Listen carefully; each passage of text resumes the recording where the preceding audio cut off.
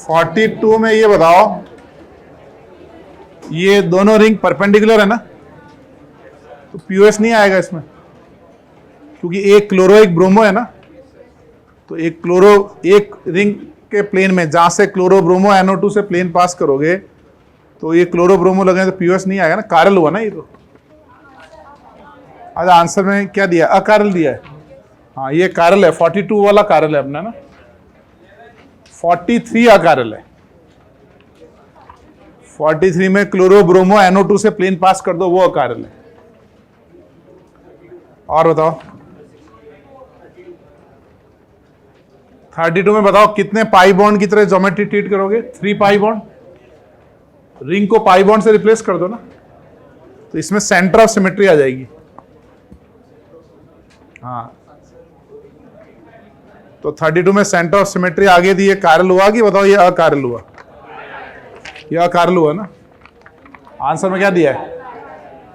नहीं, 32 भी अपना अकारल है। मतलब ये मिथाइल और मिथाइल है ना, इन दोनों को कनेक्ट करोगे, सेंटर ऑफ सिमेट्री आ रही है इसमें। और कौन सा है? 68। 68 भी कारल है, क्योंकि एक मिथाइल है, एक इथाइल है, इसमें भी अकारल दिया है।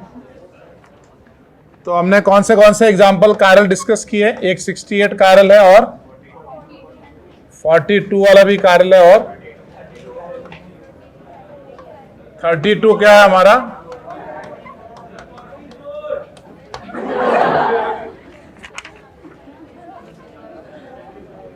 अरे क्या 44 में क्या हुआ? यार कैसी बात कर रहे हो, कैसे बता? ये दोनों रिंग परपेंडिकुलर है ना, दोनों रिंग परपेंडिकुलर कर दो और राइट वाले रिंग से प्लेन पास करो, कोई पीओएस नहीं आएगा, क्योंकि वो Cl के बीच में से प्लेन पास होगा, नीचे NO2 है, ऊपर H है, तो कारल हुआ ना ये।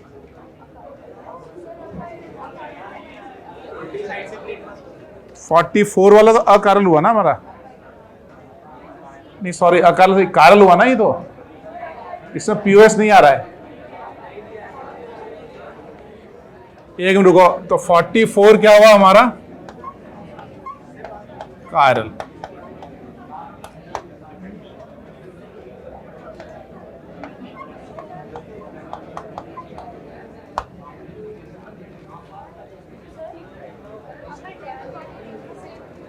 अरे हाँ सॉरी, हाँ 44 में तो पीओएस आ जाएगा ना।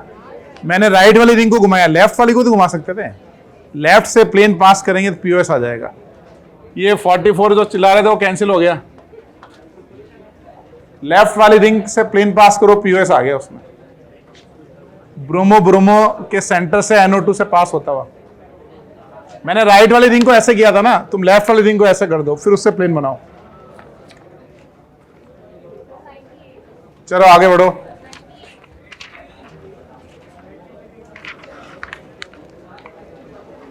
$98 तो अकारल है, क्योंकि वो दो लाइक ग्रुप है ना, इथाइल इथाइल।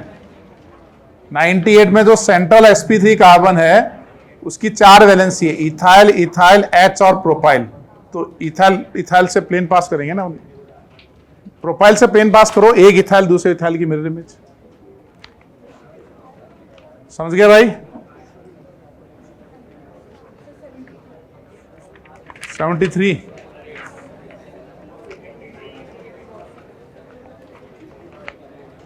73 में पीओएस है ना, इसमें 73 में 2 वैलेंसी है ना। आपको एक चीज बताई थी मैंने कि आप है ना कोई कारक सेंटर नहीं हो उसको ग्रुप मान लिया करो।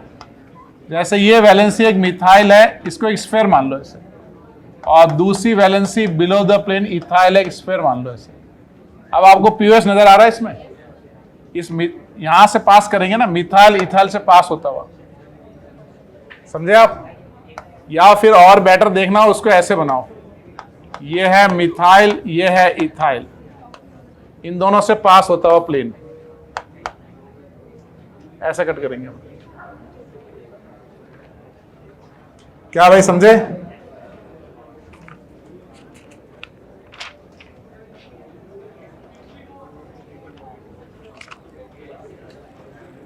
64 तो मॉलिक्यूलर प्लेन है। कोई चार, भाई ये रिंग परपेंडिकुलर कब होती है? जब यहाँ ऑर्थो पे चार ग्रुप हो। ये तो 2 ही ग्रुप है, तो बस कोप्लेनर है। हाँ, सारे एटम एक प्लेन में। क्या भाई सेकंड लास्ट बेंच वाले समझ गए? (83) में ये बताओ, ये नाइट्रोजन जो है ना रेजोनेंस में जा रहे हैं ना, NH वाले, तो रेजोनेंस में जा रहे हैं मतलब sp2 कैरेक्टर आ रहे हैं, मॉलिक्यूलर प्लेन आएगा सब में। जहां पे नाइट्रोजन डीलोकलाइज हो जाए वो sp2 हो गया, मॉलिक्यूलर प्लेन आ गया।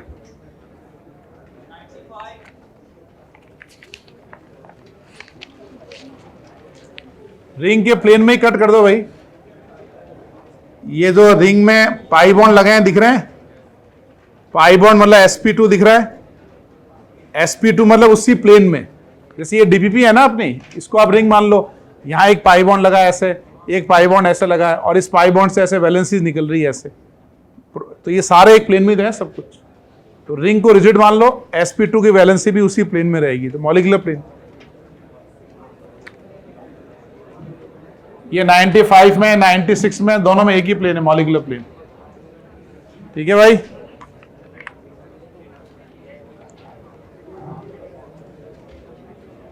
इसको और ऐसे समझ सकते हो, देखो जैसे मैं आपको ये बोलूं कि ये साइक्लोहेक्सीन है, इसमें प्लेन ऑफ सिमेट्री नजर आ रहा है ना, प्लेन ऑफ सिमेट्री। आप सिमेट्री निकालते हो तो इसको रिजिड मान लो, ये एक प्लेन ऑफ सिमेट्री है, इसके परपेंडिकुलर भी प्लेन ऑफ सिमेट्री है। और अगर मैंने एक पाई बॉन्ड यहां और बनाया तब अभी प्लेन ऑफ सिमेट्री है ना, रिंग के प्लेन में। अगर यहां मैंने एक मिथाइल लगा दिया तो, और यहां भी मिथाइल लगाया तब, सेम प्लेन ऑफ सिमेट्री है वो, क्योंकि वो sp2 की वैलेंसी तो लगाई मैंने। ऐसे ही मान लो यहां भी आप कोई भी वैलेंसी लगा दो sp2 की, इन सब में एक ही प्लेन पास होगा, मॉलिक्यूलर प्लेन है। समझे आप? अब आ जाओ 20 नंबर पे।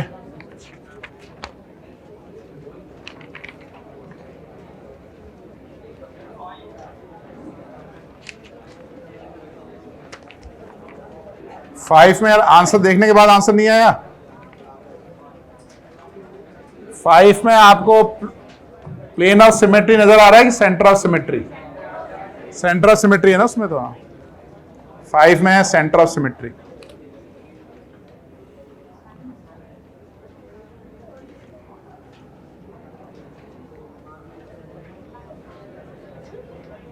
और बताओ।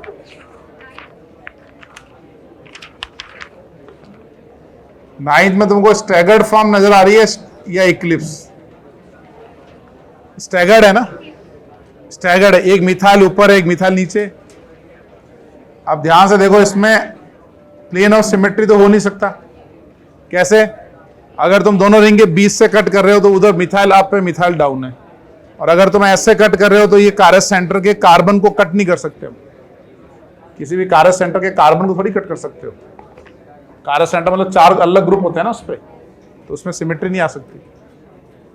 और इसमें ना सेंटर ऑफ सिमेट्री नहीं आएगी, क्योंकि दोनों सेम साइड है, एफ एफ। देखो अगर ये एफ और बी आर इंटरचेंज होते हैं ना, तो इसमें सेंटर ऑफ सिमेट्री हो जाती है।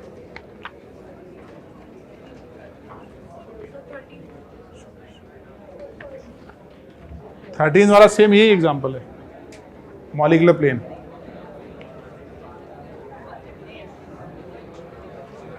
अच्छा ये बताओ, हॉकी खेला है कभी? हॉकी देखा है कभी? हॉकी जब खेलते हैं तो हॉकी जो स्टिक होती है ना, वो क्या दोनों तरफ खेलते हैं क्या? ऐसे भी खेला फिर ऐसे भी मारा। आप देखना हॉकी एक ही तरफ से खेलते हैं, एक तरफ से चपटा पोर्शन होता है जहां पे वो बॉल रख के ऐसे आगे बढ़ते हैं ऐसे, और पीछे ऐसे प्रॉपर वो कलर वलर लगा के ऐसे थोड़ा ऐसा होता है ना ऐसे। मतलब आप हॉकी दोनों तरफ से नहीं खेल सकते ऐसे। तो अब तुम बताओ कि हॉकी के अंदर अगर जैसे ये सीधा गया और ऐसे टर्न मारा ना, अब पीओएस आएगा क्या हॉकी के अंदर? ऐसे नहीं आएगा, क्योंकि उसका फ्रंट वाला खेलने वाला पोर्शन अलग होता है, बैक वाला अलग होता है उसका। तो हॉकी इज स्पाइरल। अरे ऐसे क्या देख रहे हो? हॉकी तो बोला मैंने यार, देखी होगी ना हॉकी तो कभी? नहीं देखी तो कोई बात नहीं, मोबाइल में सर्च करो हॉकी, गूगल इमेज देखो उसकी।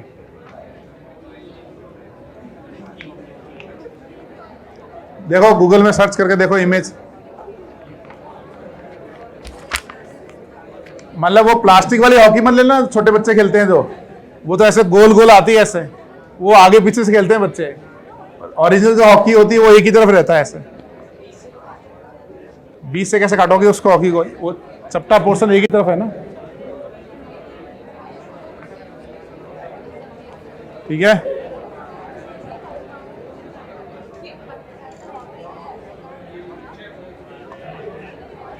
चलो आज का आइडिया लगाओ जल्दी से।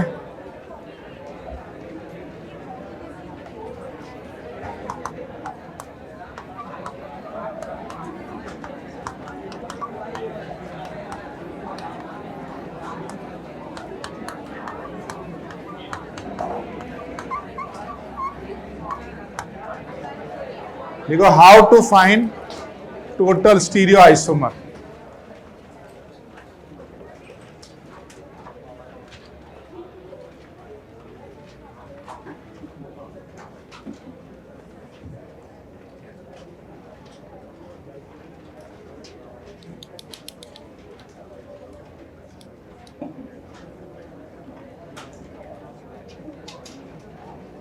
लिखा आपने how to find total stereo isomer, उसमें पहला केस 1 लिखो।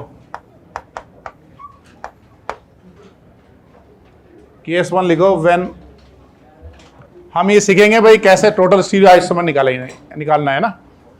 How to find total stereo isomer, उसमें केस 1 लिखो when all stereo isomer are unsymmetrical. How to find total stereoisomer when all stereoisomer are unsymmetrical.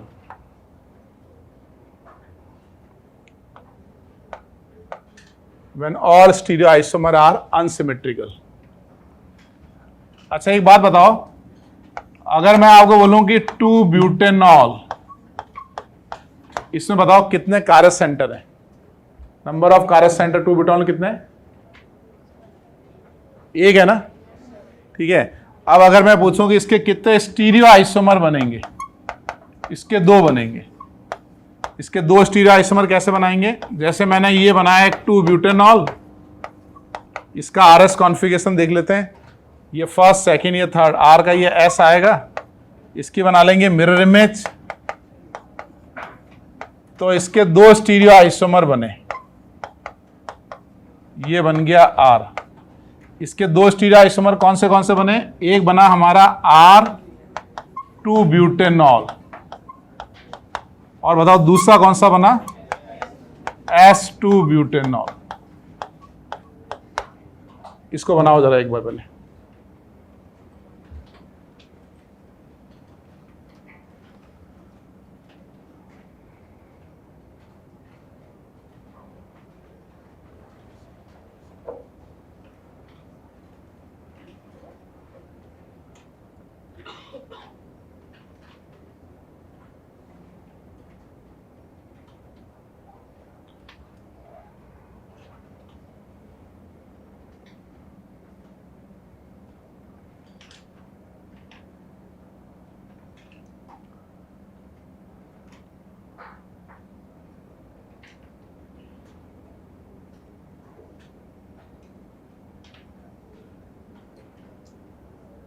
और इन दोनों स्टीरियो आइसोमर में relation क्या हुआ, इनेंशियोमर्स।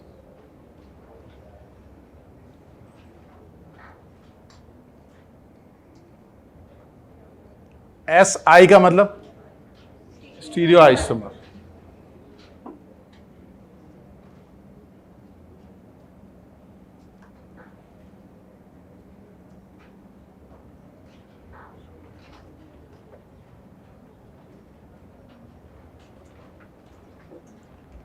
लिख लिया सब लोगों ने, आगे बढ़े।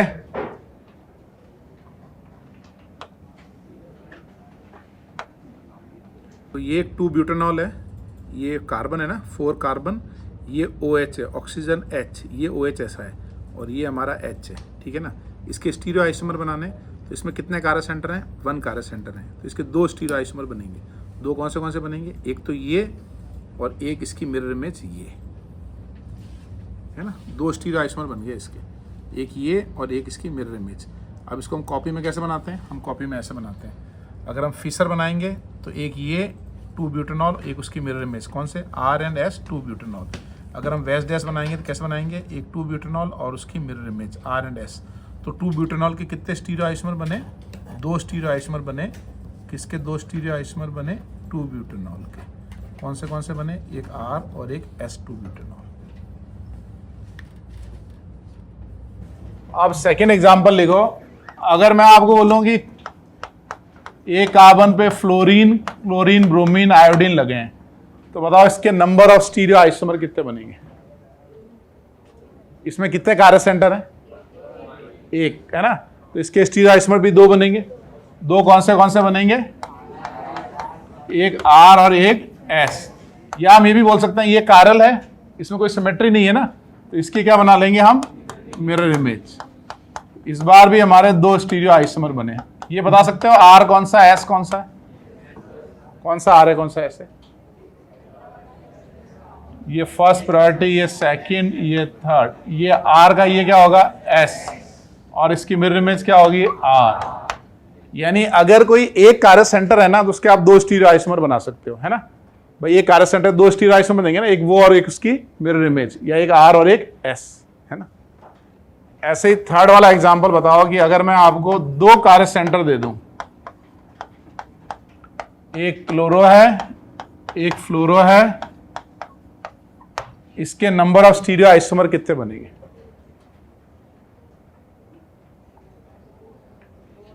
फोर बनेंगे इसके।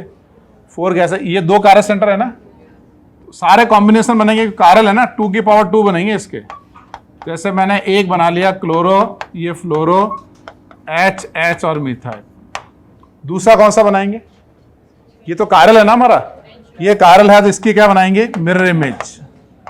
कारल मॉलिक्यूल की बनाएंगे मिरर इमेज। ये आया क्लोरो, फ्लोरो।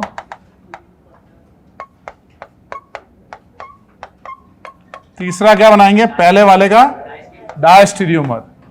पहले वाले का मैं H और Cl इंटरचेंज कर देता हूं, तो ये पहले का बन गया डायस्टीरियोमर। और इसकी क्या बनाएंगे?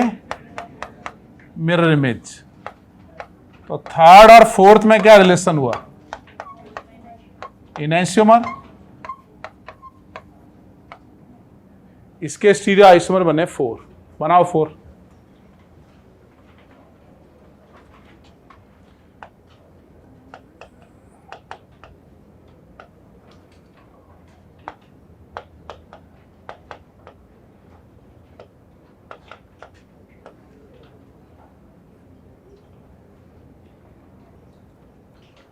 क्योंकि सभी मॉलिक्यूल कारल है ना, कोई रिपीट नहीं होगा। कारल है तो उसकी मिरर इमेज बन जाएगी। सिमेट्री आ गया तो फिर वो उसकी मिरर इमेज नहीं बनेगी, तब रिपीट नहीं होगा। मतलब अपन समझेंगे यहाँ सारे कॉम्बिनेशन बनेंगे, all stereo isomer are unsymmetrical.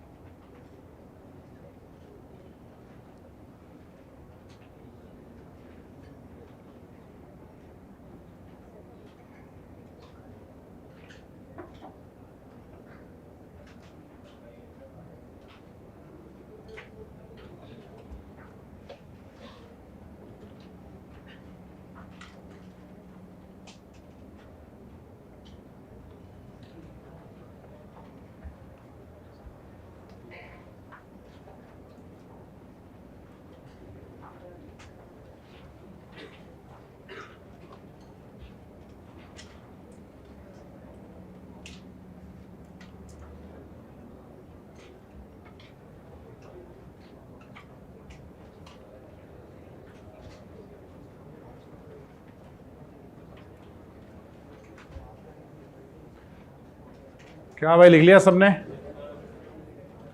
4 stereo isomer बनाए आपने।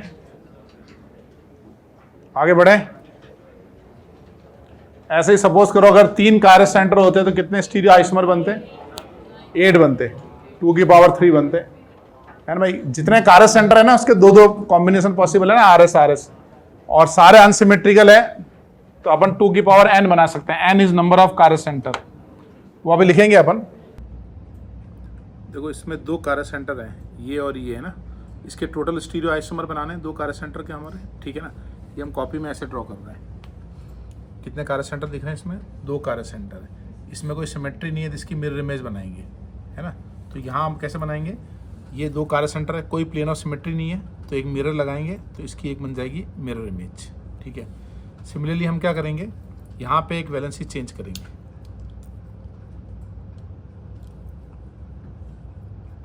यहाँ एक वैलेंसी चेंज करके ऐसे बनाएंगे।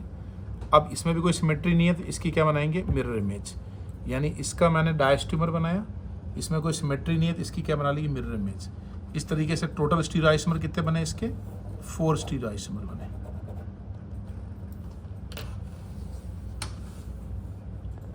जो मैं समझाना चाह रहा हूं ना उसको पहले समझते हैं अपन। ये बताओ 2 ब्यूटीन के कितने स्टीरियो आइसोमर बनेंगे? Number of stereo isomer of 2 butene 2। एक बनेगा सिस और दूसरा क्या बनेगा? ट्रांस। क्या ये दोनों ज्योमेट्रिकल आइसोमर हैं? क्या ये दोनों स्टीरियो आइसोमर हैं? तो हम कहेंगे कि यहां भी स्टीरियो आइसोमर बने 2। 2 कौन से बने? एक सिस बना और एक ट्रांस बना। बना उसको।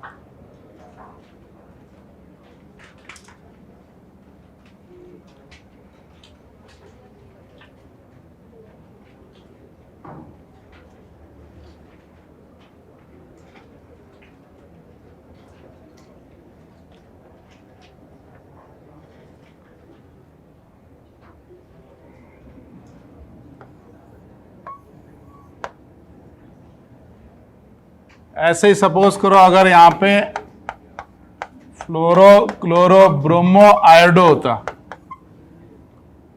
इसके बताओ कितने स्टीरियो आइसोमर बनेंगे? 2। क्या ये एल्कीन का EZ बनाएंगे ना, ये हाई प्रायोरिटी, ये हाई प्रायोरिटी, ये कौन सा आइसोमर है हमारा? Z। ऐसे ही हम क्लोरो ब्रोमो को चेंज कर देते तो बताओ ये क्या बनता हमारा? E।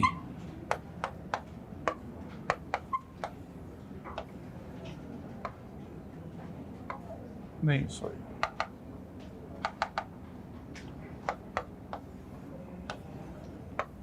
इस बार भी हमारे स्टीरियो आइसोमर बने हैं 2।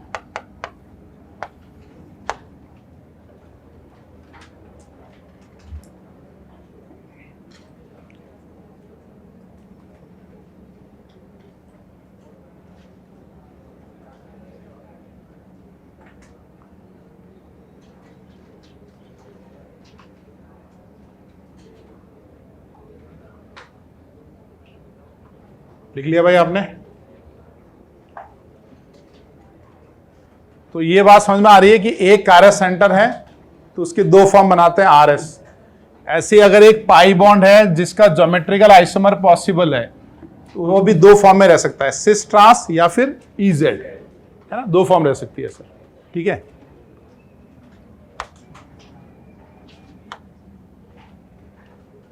F पे आ जाओ।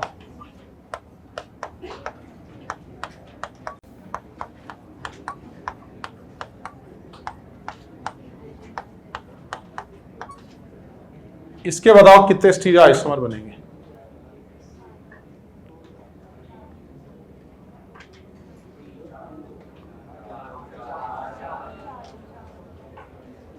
चार अगर बनेंगे तो कौन से 4 बनेंगे? ये समझ में आ रहा है? भाई ये जो एल्कीन है इसके ज्योमेट्रिकल आइसोमर बनेंगे और ये जो कार्य सेंटर है इसके RS कॉन्फ़िगरेशन बनेंगे।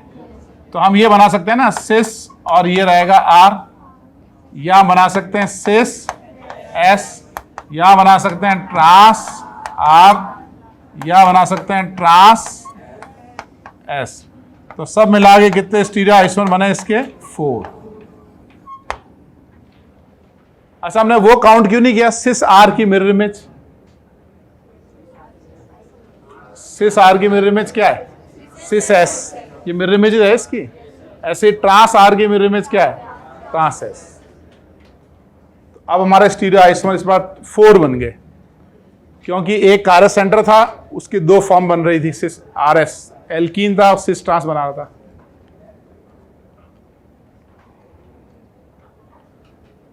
तो चाहे वो कारस सेंटर हो चाहे वो एल्कीन हो, अगर उसकी 2 फॉर्म पॉसिबल है तो वो 2 की पावर n में काउंट होगा।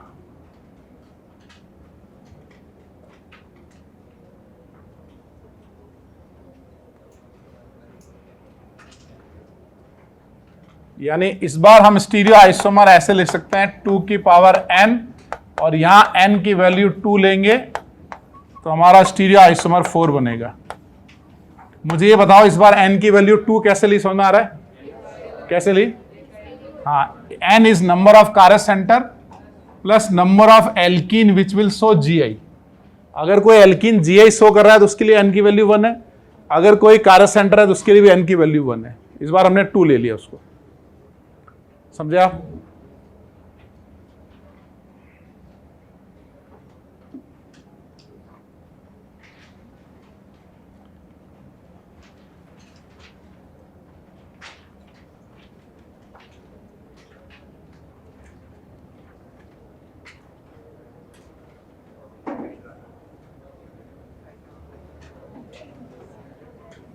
नमस्कार करने का तरीके बताया था ना? किया नहीं तुमने यार नमस्कार? किया? अच्छा मैंने देखा नहीं यार, सॉरी यार। लिख लिया सबने? थोड़ा स्पीड में लिखो।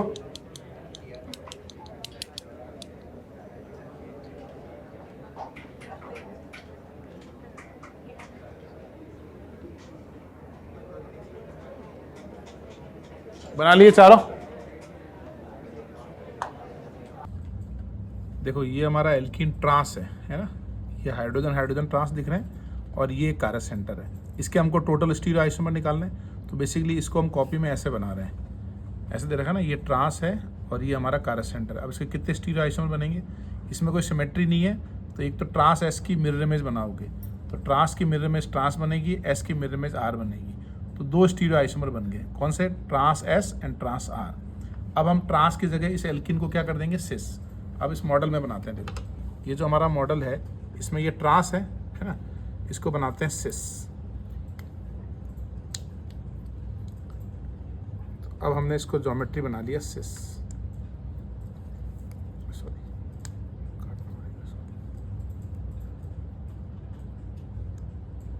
ये बन गई हमारी सिस ज्योमेट्री। सिस और ये कारस सेंटर है ना, ये ज्योमेट्री सिस है और ये कारस सेंटर है। तो अब हमने बना लिया जैसे सिस एस, तो सिस एस की क्या बनेगी? Mirror image cis R. इस तरीके से टोटल स्टीरियो आइसोमर कितने बन गए? 4। कौन से? Trans S trans R, cis S and cis R. अब जी पे आ जाओ। इस बार है हमारे पास ये क्लोरीन, फिर है एल्कीन, फिर है ये एल्कीन।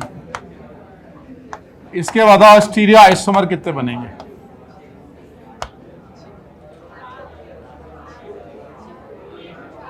अरे भाई अनिकेत बताओ कितने बनेंगे?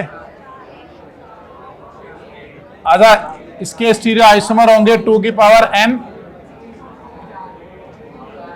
ये 1, ये लेंगे 2 और ये नहीं लेंगे। इसका आएगा 2 की पावर 2 4। ये काउंट क्यों नहीं कर रहे हैं भाई? वो GI शो नहीं कर रहा है। जो GI शो करेगा उसके लिए n की वैल्यू 1 होगी। सुन रहे हो भाई? किसके लिए n की वैल्यू 1 होगी? जो GI शो करेगा। सिर्फ हमने ये नहीं कहा कि n is number of alkene, number of pi bond which will show GI।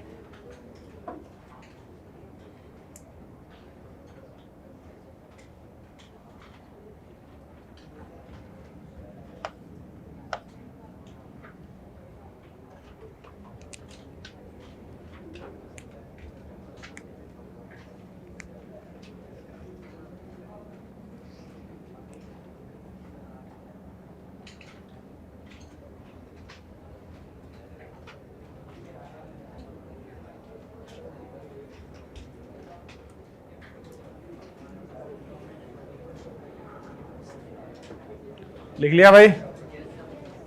चलो अब नेक्स्ट एग्जांपल लिखो।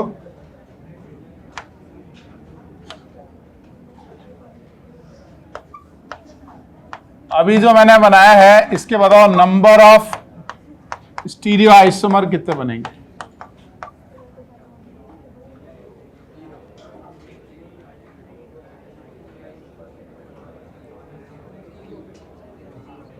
इसके नंबर ऑफ स्टीरियो आइसोमर कितने होंगे? अच्छा एक बात बताओ, अगर मैं आपको इसका ये वाला फॉर्म ऐसे बना के दे दूं, आपको बताना है कि क्या इसमें प्लेन ऑफ सिमेट्री है या नहीं है। इनकी वैलेंसीज कैसे है? ऐसे वाली है ना, ये परपेंडिकुलर है, तो इसका मतलब इसमें कोई प्लेन ऑफ सिमेट्री नहीं है। इसका मतलब ये मॉलिक्यूल कायरल है या अकायरल है? Chiral, very good. इसकी क्या बनाएंगे? Mirror image. कायरल मॉलिक्यूल की मिरर इमेज में क्या रिलेशन होता है बताओ? एनेंशियोमर। एनेंशियोमर होगा ना भाई। अब आप मुझे बताओ कि इसके कितने स्टीरियो आइसोमर बने? अरे आप जीरो कौन बोला? सामने दो बने हुए ना भाई, ये कोई भूत थोड़ी है, ये तो रियल है। ठीक है, ये दोनों जो हैं ये दोनों एनेंशियोमर है। वैसे आपको बता दूं, ये जो एलीन होता है ना, इसका भी आरएस कॉन्फ़िगरेशन होता है, इसके भी रूल है आरएस के, लेकिन उसकी हमको जरूरत नहीं पड़ती है। कैसे? अगर कोई मॉलिक्यूल कायरल है ना तो उसकी मिरर इमेज बनेगी। हो सकता है वो कायरल क्यूमिलीन हो सकता है वो कायरल सेंटर हो, कोई भी मॉलिक्यूल जो कायरल होगा उसकी मिरर इमेज बनानी है आपको। तो इस बार भी स्टीरियो आइसोमर जो होंगे वो होंगे 2 की पावर n, और यहाँ n की वैल्यू 1 होगी और 2 होगा। तो बताओ इस बार हमने n की वैल्यू 1 किस बेसिस पे ली? कायरल। हो सकता है वो एलीन हो, बाइफिनाइल हो, स्पायरो हो, कायरल सेंटर हो, सबके लिए n की वैल्यू 1 आएगी। समझे आप? और इनके भी आरएस कॉन्फ़िगरेशन है, ये भी इंसान है, खाते पीते सब कुछ है नॉर्मल कायरल सेंटर की तरह, लेकिन अपन करते नहीं, नॉर्मल कहते, उसकी जरूरत नहीं है। समझे आप? हर कायरल मॉलिक्यूल का आरएस कॉन्फ़िगरेशन होता है। तो अपन तो सिंपल देख लें कि अगर उसमें सिमेट्री नहीं है, एलीन टाइप ज्योमेट्री, बाइफिनाइल है, स्पायरो टाइप है, तो उसकी मिरर इमेज लेंगे, एनेंशियोमर बनाएंगे उसका। यानी हमारा जो 2 की पावर में n है वो n अब तक क्या बन चुका है बताओ? Number of chiral centre plus number of alkene which will show GI, या plus number of allene which are chiral.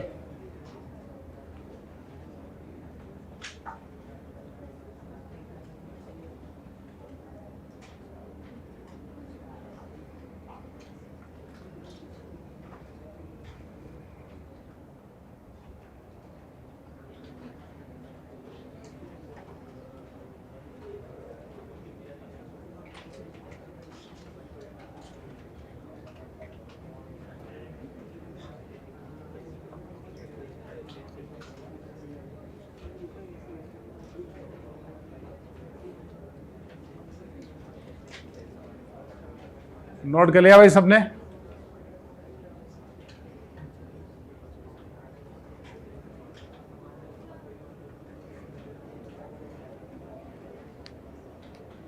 सिखाने यार आजकल बॉडी फिटनेस अलग लग रही है। सुबह सुबह मेरे को लग रहा है स्क्वाट लगा रहे हो आजकल, या पुशअप लगाते हो? उठक बैठक, स्क्वाट मतलब उठक बैठक। दिन में लगाया करो 15-20 बार, मतलब 15-20 बार, मतलब एक में 10-10 करके ऐसे, और 10 बार जमीन पे लेट के पुशअप ऐसे। तो ये तो तुम्हारा दोस्त ज़्यादा बोल रहे हैं ना, इनको फिर सबक सिखाने में तुम्हें इजी रहेगा थोड़ा। और फिर टी-शर्ट को ऐसे ऊपर रखा करो थोड़ा। मैं देख रहा हूँ कब से सिंघाने जी को परेशान कर रहा है उसका दोस्त। सीधे बैठो तुम, पढ़ाई में डिस्टर्ब हो रहा है उनके। लिख लिया भाई? अब आगे लिखो। H के बाद क्या आएगा? I लिखो। अच्छा ये बताओ, ये स्पायरो में एक दोनों रिंग पैरेलल होती हैं परपेंडिकुलर होती हैं? परपेंडिकुलर। अब इसको देख के बताओ ये कायरल है कि बताओ ये अकायरल है? ये भी कायरल है ना, हम कट नहीं कर सकते ऐसे, ऐसे भी कट नहीं कर सकते। अगर ये कायरल है तो ये और इसकी मिरर इमेज में बताओ क्या रिलेशन होगा? एनेंशियोमर। इस बार कितने स्टीरियो आइसोमर बने? 2। इस बार n की वैल्यू क्या ली हमने? 1। वन किस बेसिस पे लिया? हाँ, ये पूरा स्पायरो टाइप है ना, कारल है, तो इसके लिए n की वैल्यू क्या होगी? 1 होगी। ऐसे ही जे पे आ जाओ।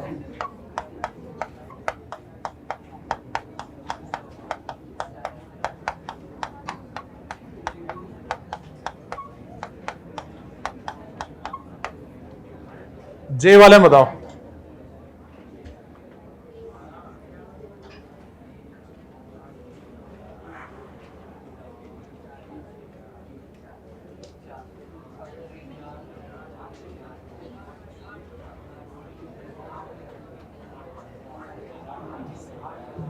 कितना आएगा भाई? 8। इसमें ये बताओ कि ये ज्योमेट्रिकल शो कर रहा है, और ये जो है ये कारल पार्ट है ना इसका, और ये कारल सेंटर है। Chiral centre allene type geometry which is chiral, और ये एल्किन विच शो GI। यानी इस बार n की वैल्यू क्या होगी? 3। तो 2 की पावर 3 कितना बना बताओ? 8।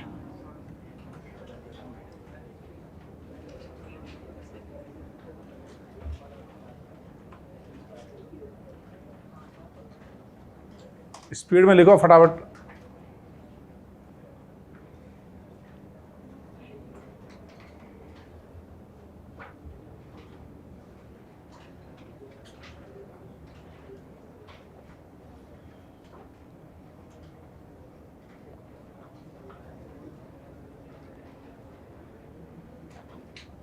आज कुछ ज्यादा लोग नजर आ रहे हैं। आज कुछ लोग आए हैं क्या? आज बीच बीच में लोग गायब कहाँ हो जाते हो? अच्छा, लाइव क्लास करते होंगे। बीच बीच में कम दिखते हो मेरे को, कभी कभी कम हो जाते हो।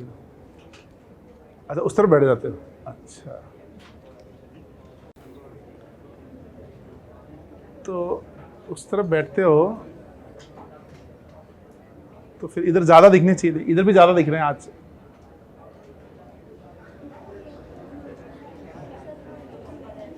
अरे भाई, लिख लिया सबने? चलो एक क्वेश्चन और करते हैं।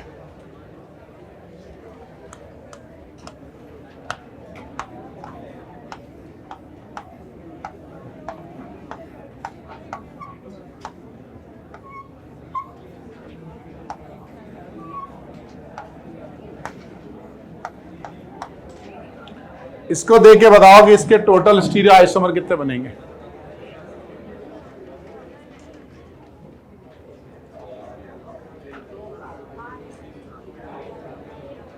आज सारे क्वेश्चन हम वो कर रहे हैं जिसमें सिमेट्री आएगी ही नहीं।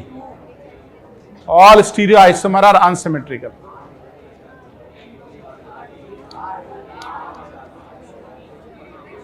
अच्छा ये बताओ, आप ये एल्कीन और कारल सेंटर भूल जाओ।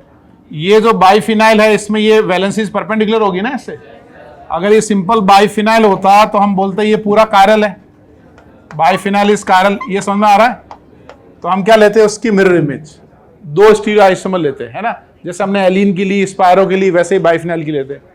तो इसके लिए n की वैल्यू 1 लेनी पड़ेगी अपने को, क्योंकि ये कारल पार्ट है। फिर अपन ये कारल सेंटर है तो इसके लिए भी n की वैल्यू 1 लेंगे, एक कारल सेंटर के लिए 1।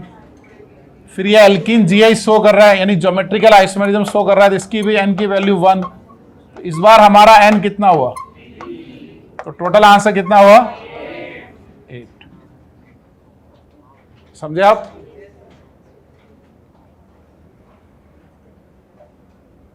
तो अब अपने को ये क्लियर हो गया कि आखिर ये n कौन है।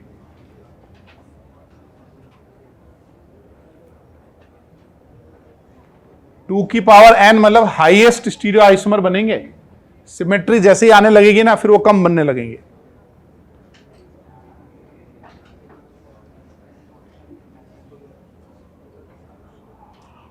सिंगाना जी, हॉस्टल में जिम वगैरह है क्या? कोई ट्रेडमिल वगैरह रखी है क्या? वो भी नहीं है। अच्छा, सीढ़ियाँ वगैरह रखी है? सीढ़ियाँ हैं चढ़ने के लिए? तो बस रोज चढ़ना है और उतरना है।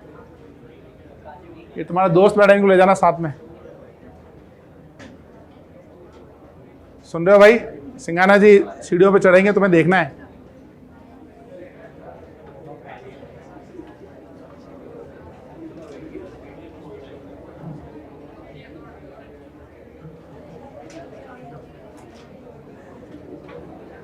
अब क्वेश्चन लिखो, लिखो।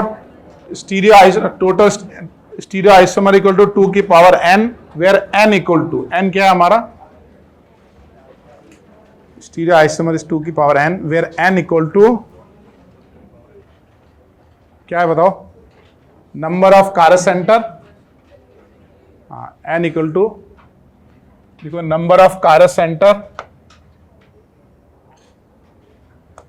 नेक्स्ट क्या लिखोगे, plus number of alkene plus number of alkene which will show GI plus number of spiro या number of allene which are chiral, number of allene which are chiral,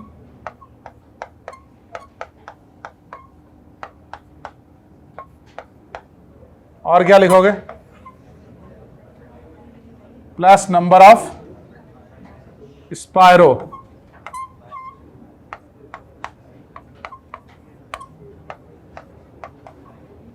plus number of spiro which are chiral, और plus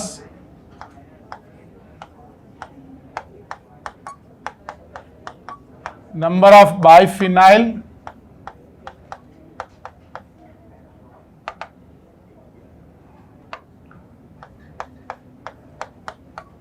plus number of biphenyl which is chiral.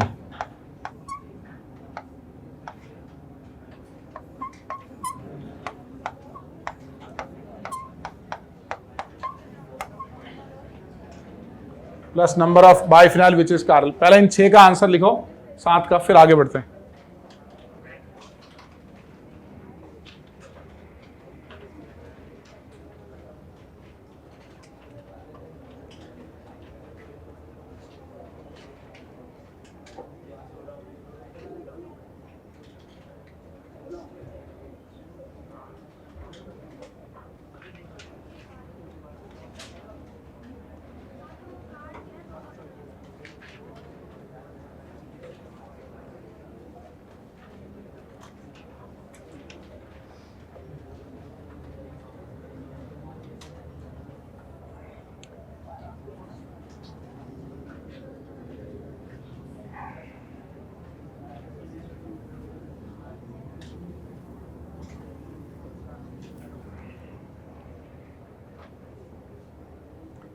हो गए,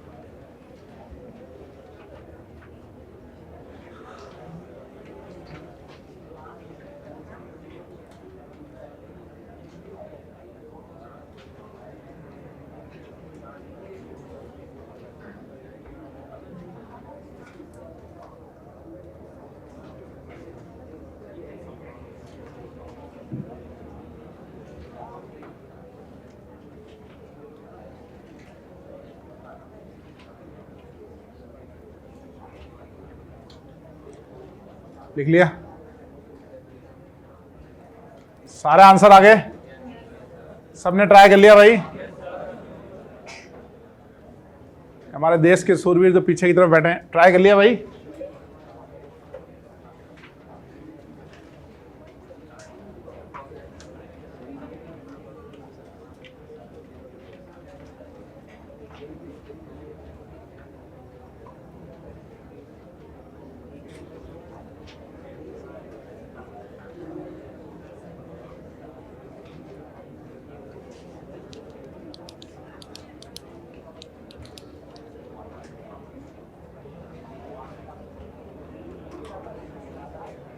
चलो भाई, क्या answer आएगा? L का बताओ भाई। ये कार्य सेंटर है ना अपने, तो ये कार्य सेंटर है, तो 2 की पावर कितना आएगा? 4, यानी कितने हुए? 16।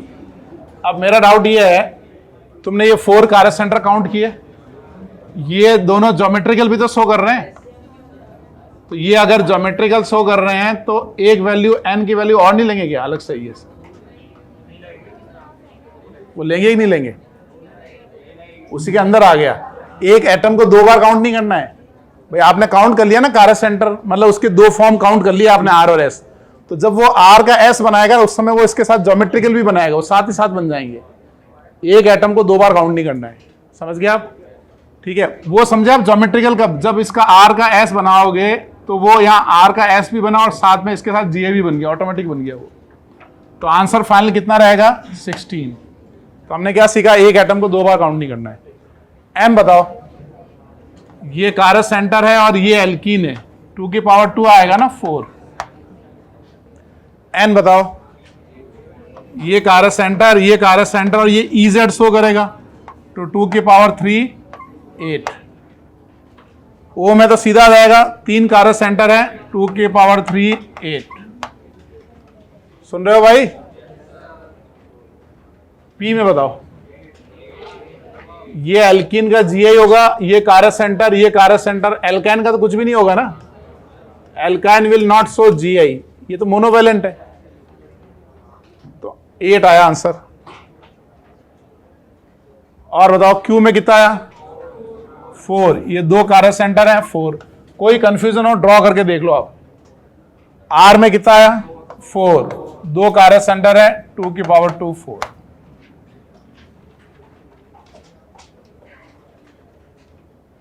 समझ गए भाई?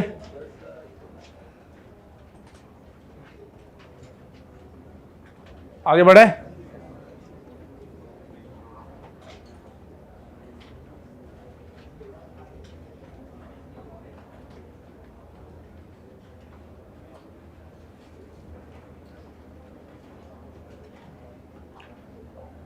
चलो अब आगे लिखो। पी क्यू आर हो गए ना, आर के बाद एस वाला लिखो।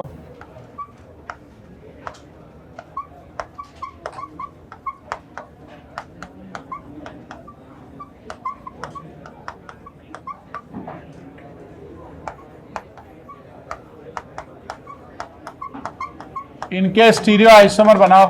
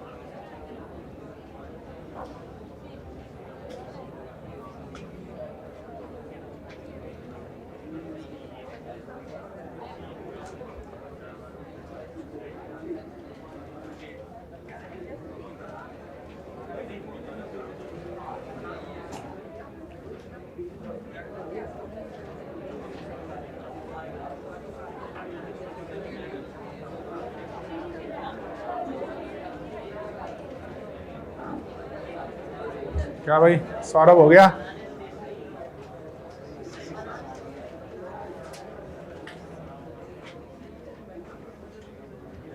सौरभ क्लास के बाद मिलना मेरे से एक बार।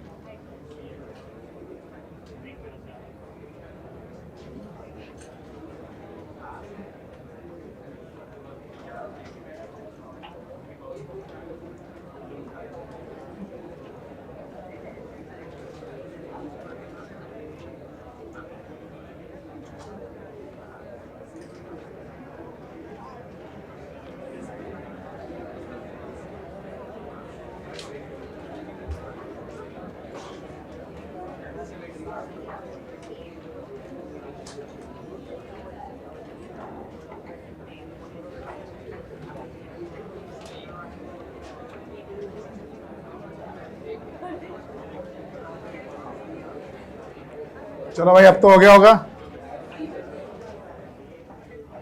देश के सूरवीर जो पीछे की तरफ बैठे हैं, कर लिया भाई? तुमने कर लिया मतलब सबने कर लिया? पॉजिटिव में लो मतलब।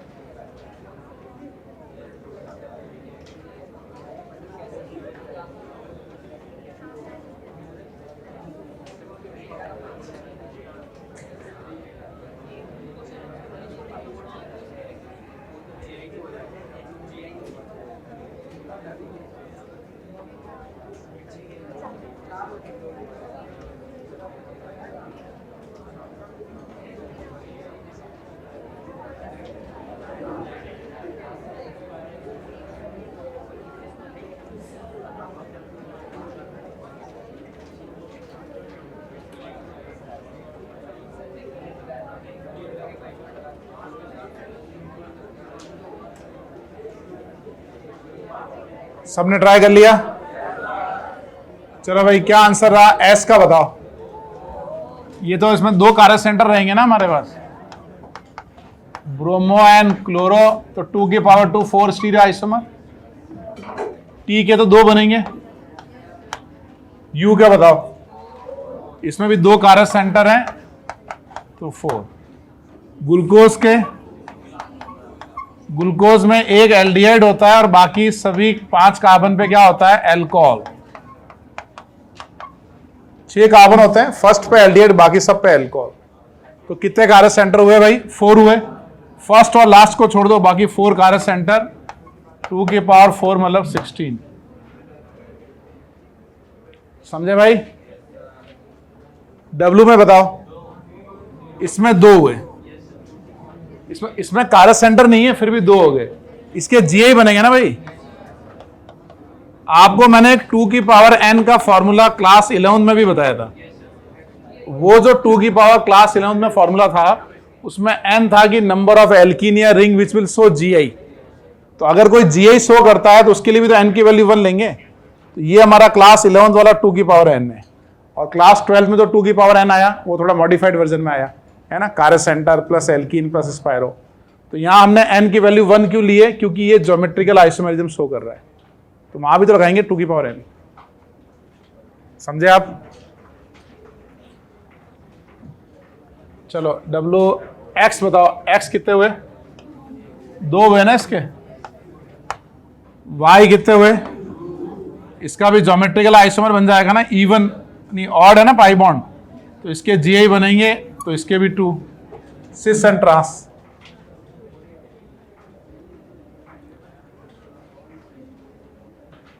आगे बढ़े।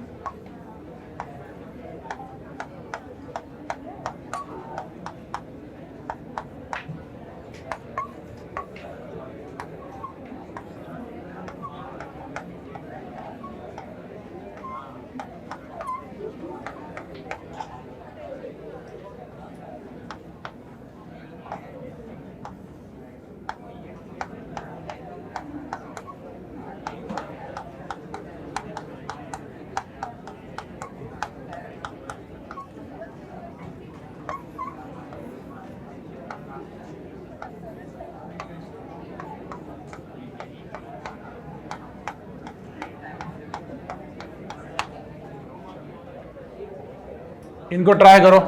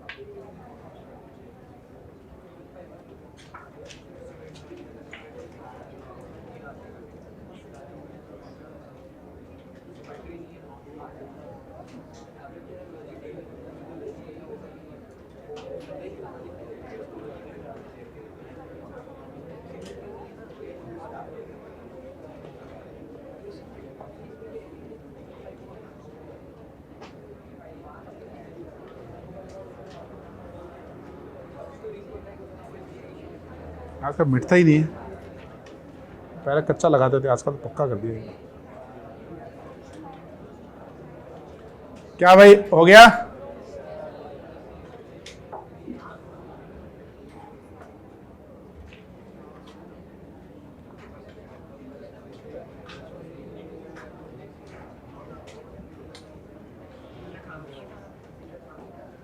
जॉर्ज फॉरमैन का नाम सुना है? जॉर्ज फॉरमैन ही नाम है शायद, बॉक्सर। जॉर्ज फॉरमैन का नाम नहीं सुना तुमने? मोहम्मद अली का नाम सुना है? मोहम्मद अली का नहीं भी सुना? माइक टाइसन का? माइक जॉर्ज फॉरमैन उससे पहले का है, मतलब जॉर्ज फॉरमैन ही नाम है शायद उसका।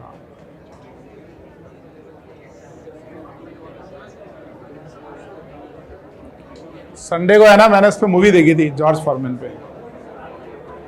तो पहले एक क्वेश्चन करते हैं, फिर इस मूवी के बारे में बताता हूँ। बहुत शानदार मूवी थी।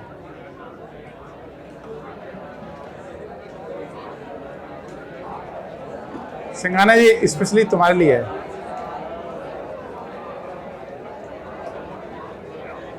सबने आंसर सोच दिया भाई? चलो बताओ जेड का क्या आंसर है? ये देखो पूरा एलीन टाइप ज्योमेट्री है ना, ये एलीन टाइप ज्योमेट्री है, तो यहाँ n की वैल्यू 1 लेंगे 2। अब बताओ वो 2 कौन से, एक ये और एक इसकी मिरर इमेज। अब बताओ सेकंड में कौन से कितना आएंगे? इसके आएंगे 4 कैसे? हाँ, ये एल्किन जीआई शो कर रहा है, ईजेड शो कर रहा है ना, ये इस एल्किन का जीआई और ये कारस सेंटर, तो जीआई कारस सेंटर तो 2 की बात 2 4 हो गया ना, वो तो काउंट हो गया ना। ये कारस सेंटर है ना, ये कारस सेंटर को तो नहीं जीआई तो इसके अक्रॉस हो गया ना, ये ग्रुप अलग है, ये ग्रुप अलग है, काउंट हो गया ना वो। हाँ, और रिंग का एक एटम कारस सेंटर है, तो अब उसको रिप्लेस नहीं कर सकते आप। हाँ भाई बी बताओ, बी में से ये एल्किन का जीआई नहीं बनेगा ना, सिंपल ये कारस सेंटर है तो 2 की पावर 1 आएगा 2। सी बताओ। हाँ वेरी गुड, सी एक इंपॉर्टेंट क्वेश्चन है। ये देखो ये पूरा एक एलिन टाइप ज्योमेट्री हो गया और ये एल्किन का जीआई बनेगा, यानी आएगा 4। अब आपको पूछा जाए कि 4 कौन से हैं तो कैसे ड्रॉ करोगे? तुम क्या करो, इसको सिस बना लो। जब सिस बनाओगे तो इसकी मिरर इमेज बन जाएगी। ऐसी ट्रांस बनाओ, उसकी मिरर इमेज। समझे आप? सिस बनाओ, उसकी मिरर इमेज, ट्रांस बनाओ, उसकी मिरर इमेज, क्योंकि सिमेट्री तो आएगी नहीं उसमें।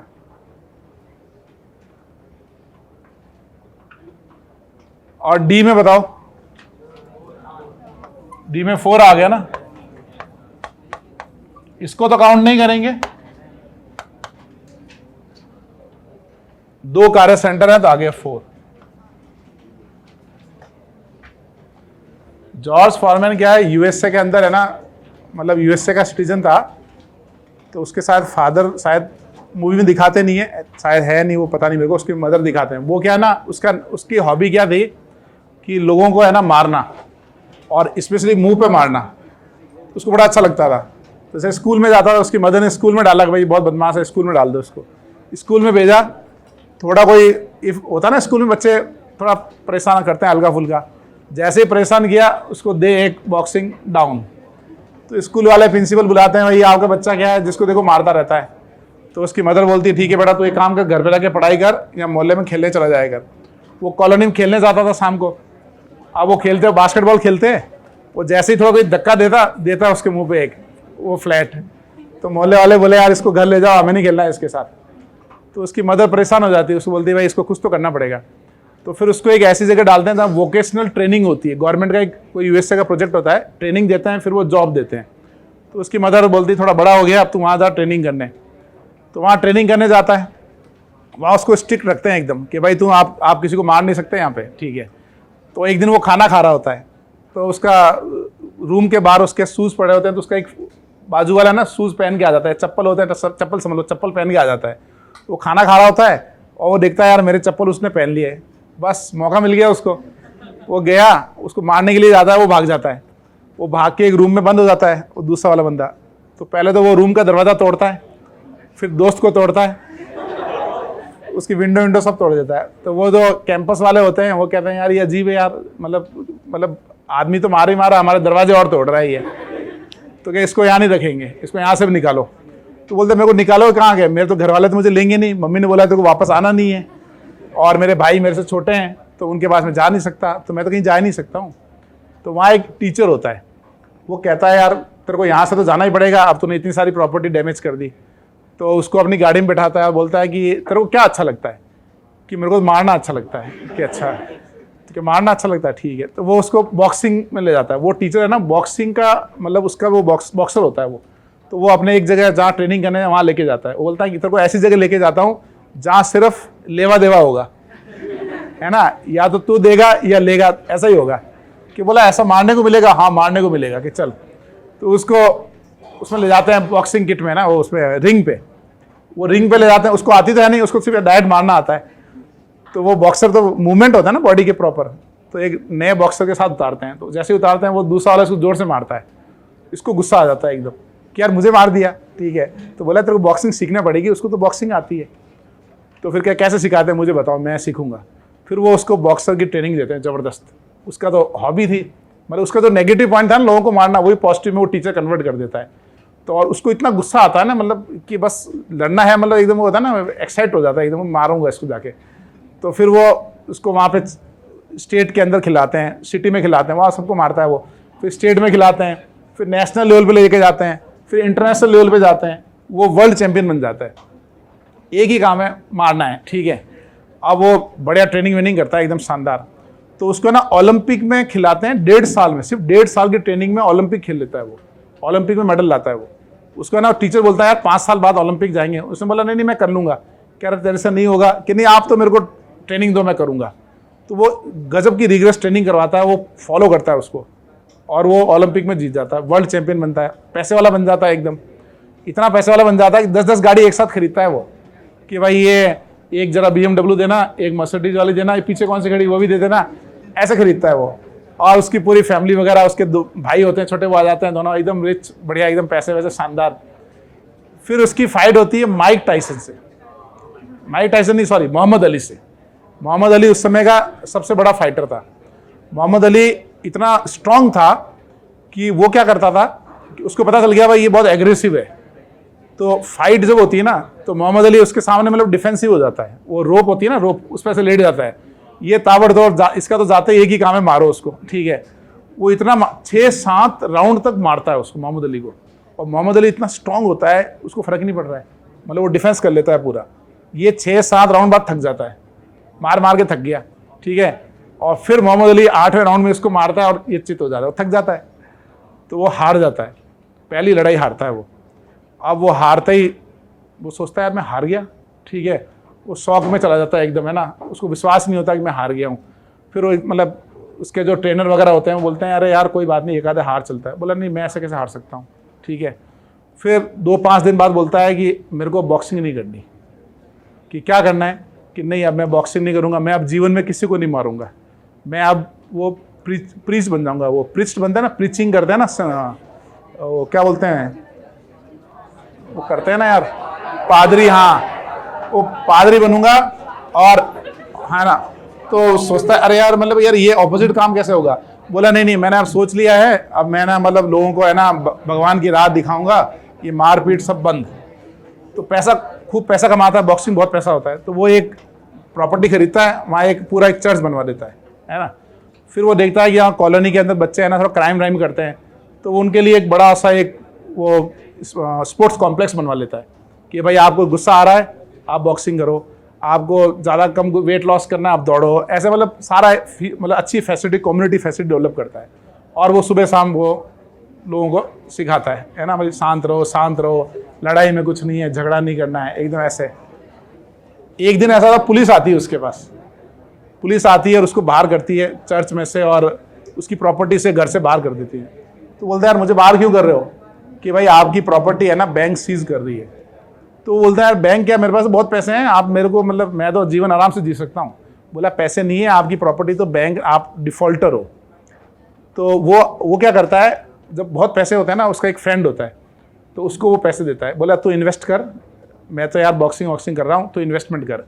वो जो दोस्त होता है ना, वो अच्छा दोस्त होता है, वो सोचता है यार इसके पैसे ज़्यादा तेज़ी से बढ़ाऊँ, तो वो रिस्की स्टॉक में पैसा लगाता है। जो रिस्की बिजनेस होते हैं ना, सट्टे टाइप के बिजनेस, 1 का 100, उसमें या तो 100 होगा या 0 हो जाएंगे, तो वो सारा पैसा इन्वेस्टमेंट गलत जगह करता है, तो वो पैसा डूब जाता है। तो फिर वो उसकी प्रॉपर्टी से लोन ले लेता है, वो भी पैसा लगा देता है वो।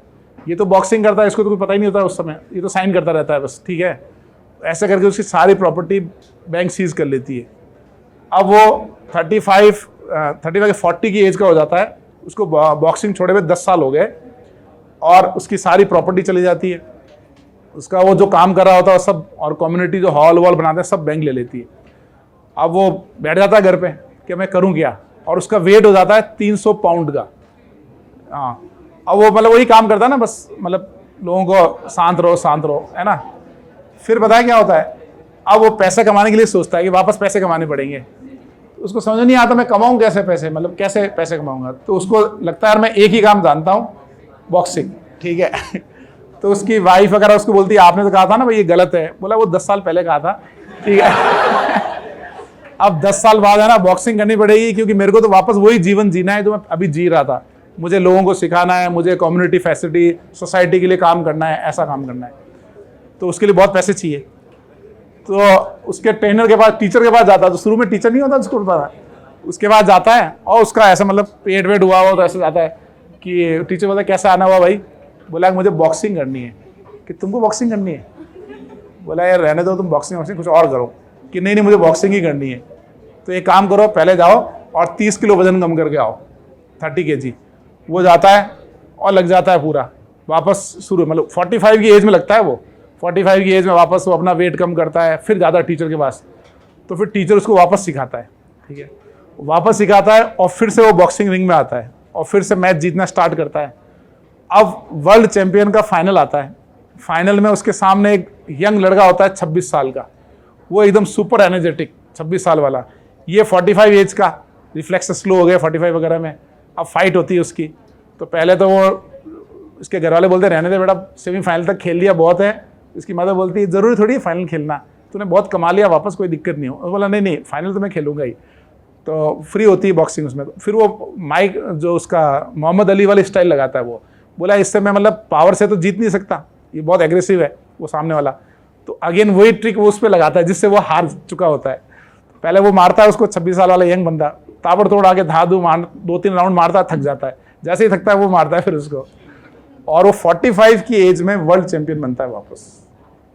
मतलब है ना, जो सब कुछ छोड़ चुका था 10 साल बाद वापस रिंग में आता है, वर्ल्ड चैंपियन बनता है। और फिर उसको बैंक से फोन आता है, तो वो कह रहा है यार आपकी फोन आ रहा है कि नहीं, आपको बैंक में बुलाएं। बैंक वाले उसका स्टेटमेंट रखते हैं, तो वो एकदम मूवी में थोड़ा सा दिखाते हैं, मतलब $1 करोड़ रफली ऐसा कुछ अर्न कर लेता है वो, मतलब रफली 100 करोड़ रुपए ऐसा कुछ अर्न करता है। तो बैंक ऑफिसर बोलता है कि तुम जो पहले कर रहे थे ना, कि तुमको कम्युनिटी हॉल बनाना है, सोसाइटी के लिए सब करना है, तुमको चर्च में काम करना है, सब तुम कर सकते हो। अब तुम्हारे पास इतना पैसा है कि तुम ये पूरा जीवन आराम से जैसा तुम जीना चाह रहे थे वैसे तुम जी सकते हो। तो वो बैंक को बोलता है श्योर होना एकदम, वापस तो नहीं लोगे इस बार? कि नहीं कि इन्वेस्टमेंट, वो बोलता है इन्वेस्टमेंट कहीं नहीं करना है, मेरे को तो सेफ बता दो बस कि इतना पैसा मेरे जीवन चलेगा इससे, क्या आपका आराम से शानदार चलेगा एकदम, आप 100 साल भी जियोगे तो भी ये पैसा आपके लिए सफिशिएंट है। तो बोलता है ठीक है डन है। फिर वो बोलता है अपनी मदर को और वाइफ को, बोलता है बॉक्सिंग कैंसिल, मैं अब वापस वो बनूंगा। फिर वो वापस बॉक्सिंग छोड़ देता है और फिर से वापस वही करने लगता है। मतलब उसकी जो कहानी है ना, जब वो सेकंड टाइम आता है वो तो गजब की कहानी है। मतलब तो ऐसे ऐसे लोग हैं दुनिया में। अपने को तो IIT का एग्जाम करना है, कौन सा बॉक्सिंग में लड़ना है, इसी बात पे एक DP बना के लानी है। आज कौन सी बना के लाए थे?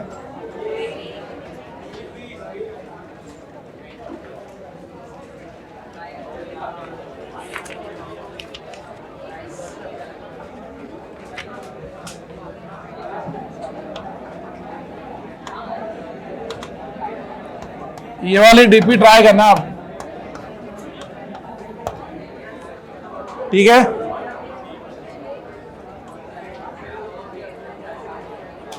चलो भाई मिलते हैं फिर।